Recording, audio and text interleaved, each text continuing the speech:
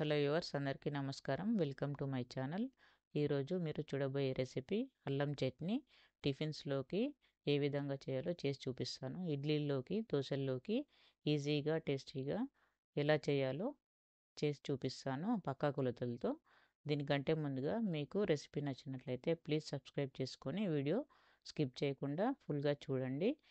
Video నచ్చినట్లయితే like వేసి అలాగే షేర్ చేయండి. వీడియోలోకి వెళ్దాము.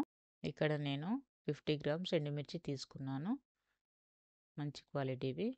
అలాగే 50 గ్రామ్స్ చింతపండు వేడి నీళ్ళల్లో నానబెట్టాను. అలాగే 50 గ్రామ్స్ అల్లం ముక్కలు తీసుకున్నాను క్లీన్ చేసి. అలాగే 100 గ్రామ్స్ బెల్లం తురుముకొని పెట్టుకున్నాను. అవన్నీ మిరపకాయలు, చింతపండు, అల్లం 50 గ్రామ్స్ అయితే బెల్లం అనేది 100 గ్రామ్స్ తీసుకోవాలి. ఇక్కడ రెండు టీ స్పూన్ల శనగపప్పు, 2 టీ స్పూన్ల మినపప్పు, 2 టీ స్పూన్ల ధనియాలు, అలాగే 1 టీ స్పూన్ జీలకర్ర, టేస్ట్కి సరిపడా సాల్ట్ తీసుకున్నాను. ఇప్పుడు స్టవ్ ఆన్ చేసుకొని కడాయి పెట్టుకొని 1 టేబుల్ స్పూన్ ఆయిల్ వేసి ముందుగా శనగపప్పును వేయాలి. ఫ్లేమ్ని సిమ్లో పెట్టుకొని స్లోగా ఫ్రై చేయాలి, మంచి ఎరోమా వచ్చే వరకు. ఇప్పుడు మినపగుళ్ళను కూడా వేసుకోవాలి.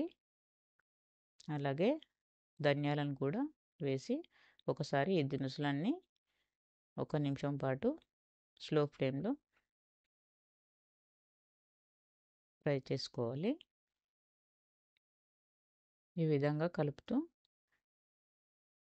ఫ్రై చేసిన తర్వాత ఇప్పుడు జీలకర్ర వేస్తున్నాను. అలాగే మిరపకాయలను కూడా వేస్తున్నాను. ఇవన్నీ ఒకసారి ఫ్రై చేసి అలాగే అల్లం ముక్కలు కూడా వేసి అల్లంలో పచ్చిదనం పోయేంత వరకు సిమ్లో పెట్టి ఫ్రై చేసుకోవాలి. ఈ విధంగా కలుపుతూ మాడిపోకుండా కలుపుతూ ఫ్రై చేసుకోవాలి. పప్పు దినుసులు ఈ విధంగా బ్రౌన్ కలర్లోకి వచ్చిన తర్వాత స్టవ్ ఆఫ్ చేసుకోవాలి. ఇప్పుడు చల్లారనివ్వాలి.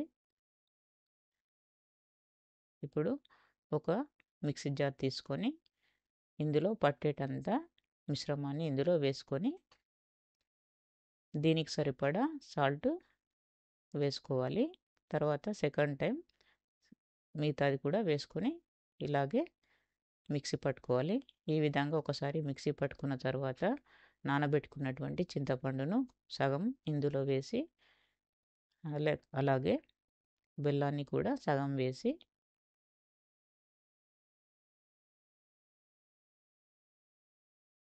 మిగతా సగం సెకండ్ ట్రిప్లో వేయాలి.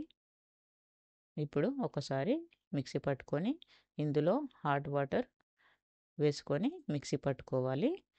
కూల్ వాటర్ వేస్తే చట్నీ నిల్వ ఉండదు, అందుకని హాట్ వాటర్ వేసుకోవాలి. బాగా మెత్తగా పేస్ట్ లాగా ఈ విధంగా తయారయిన తర్వాత వేరొక గిన్నెలోకి మార్చుకొని సర్వ్ చేసుకోవాలి.